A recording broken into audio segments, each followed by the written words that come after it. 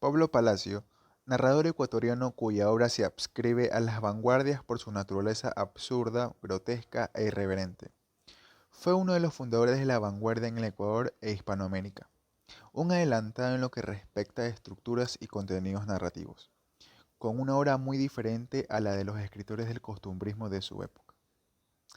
Nació en Loja el 25 de enero de 1906 y murió en 1947 en la ciudad de Guayaquil.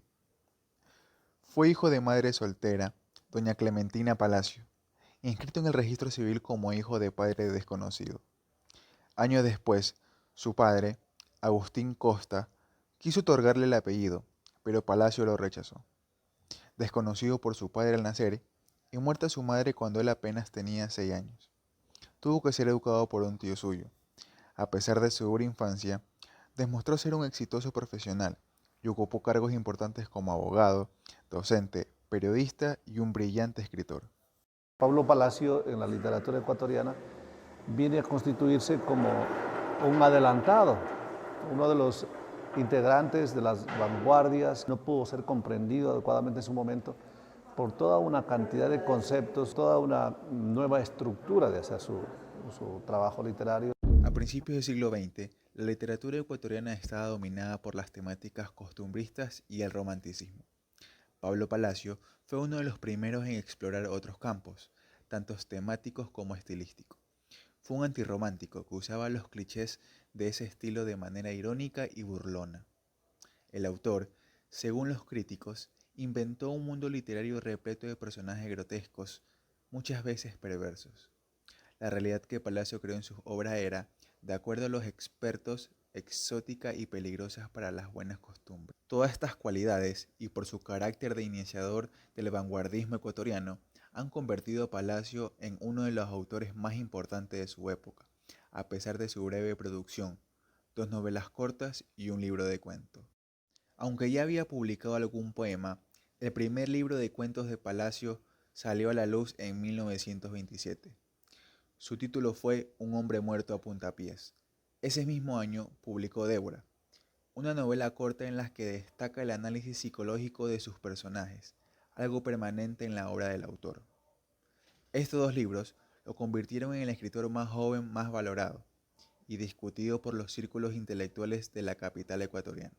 Además, los expertos consideran a estas obras entre las más características del movimiento vanguardista en Latinoamérica.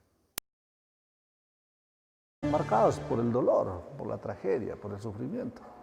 Son personajes desventurados, el absurdo, por la angustia, que son elementos centrales del existencialismo. El existencialismo es de asumir que la vida es así y que en esas circunstancias el ser humano tiene que tomar una posición que le permita darse cuenta de esa realidad y buscar las alternativas, las pocas o grandes alternativas que pudiera haber, pero considerando esa base real. A la manera de Kafka o de Camus, para desprestigiar la realidad. Es decir, todos los recursos estilísticos que Palacio utiliza están en función de su propuesta escritural, ¿sí? Una serie de onomatopeyas que utiliza a veces, ciertas comparaciones desgarradoras, el humor negro que también lo incorpora. Muy poco se ha hablado.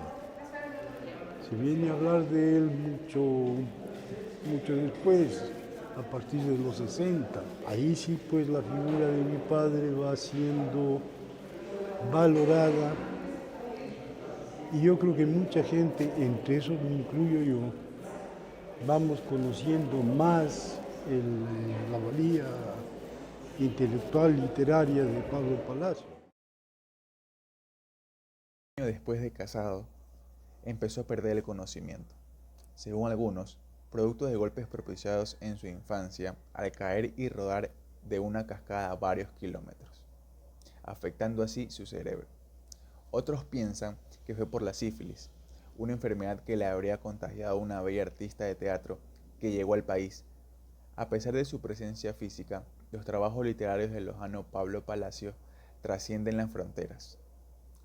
En 1940 se le internó en el manicomio Lorenzo Ponce de Guayaquil. La cuestión de su locura se transformó en una de las grandes coartadas de los críticos que lo callaron y se burlaban de él. Pero vale aclarar que Palacios escribió todos sus textos cuando estaba cuerdo, detalle que suele ser ignorado por quienes lo critican. Esa casualidad singular e inexamible de su producto condujo a una serie de malentendidos y confusiones que contribuyeron a oscurecer su aporte, que solo en las 2 últimas décadas ha empezado a reevaluarse seriamente. Todavía se está descubriendo a Palacio, mientras, paradójicamente, muchos de los realistas de su tiempo pasan al olvido.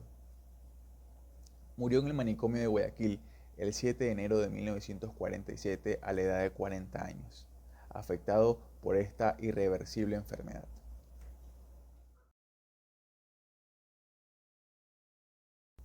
Anoche, a las 2:30 aproximadamente, el celador de la policía número 451, que hacía el servicio de esa zona, encontró entre las calles Escobedo y García a un individuo de apellido Ramírez, casi en completo estado de postración. El desgraciado sangraba abundantemente por la nariz, e interrogado que fue por el señor celador, dijo haber sido víctima de una agresión de parte de unos individuos a quienes no conocía, solo por haberles pedido un cigarrillo. El celador invitó al agredido a que lo acompañara a la comisaría de turno con el objeto de que prestara las declaraciones necesarias para el esclarecimiento del hecho, a lo que Ramírez se negó rotundamente. Entonces, el primero, en incumplimiento de su deber, solicitó ayuda de uno de los choferes de la estación más cercana de autos y condujo al herido a la policía, donde, a pesar de las atenciones del médico, el doctor Ciro Benavides, falleció después de pocas horas.